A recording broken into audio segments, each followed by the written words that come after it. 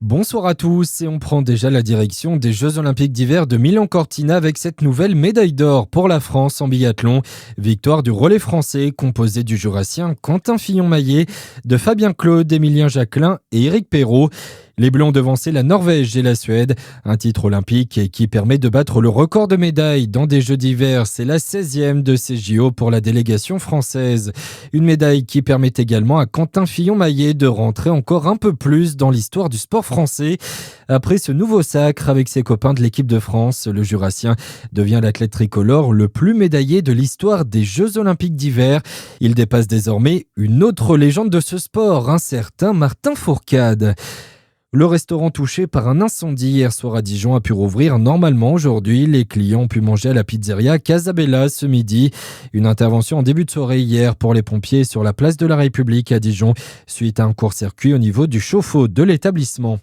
Une plainte déposée à Talent, Côte d'Or. Le maire a annoncé que la page Facebook de la mairie avait été piratée il y a une dizaine de jours.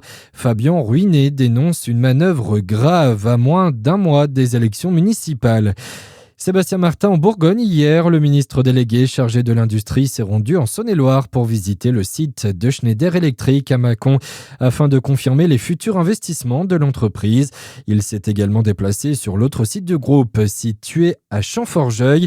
Écoutez Sébastien Martin au micro de Shirley Chevasson lors de ce déplacement en Saône-et-Loire. C'était important pour lui d'être là. Je pense que c'était une belle reconnaissance que, étant en Saône-et-Loire, l'année en plus des 190 ans de Schneider, la fondation de Schneider au Creusot, eh bien, cette histoire se poursuit ici, à Champforgeuil, et dans une production industrielle d'excellence. C'est des sites industriels comme ceux-là qui participent à l'électrification en France, mais aussi dans le monde entier.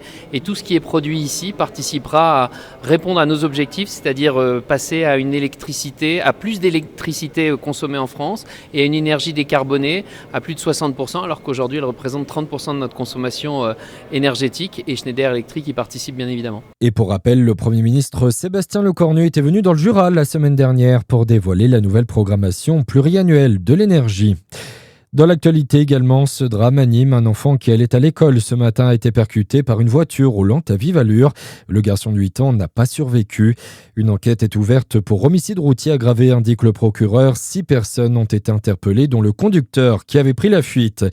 Les crues généralisées se poursuivent dans l'Ouest et la vigilance rouge concerne désormais la Charente-Maritime depuis cet après-midi.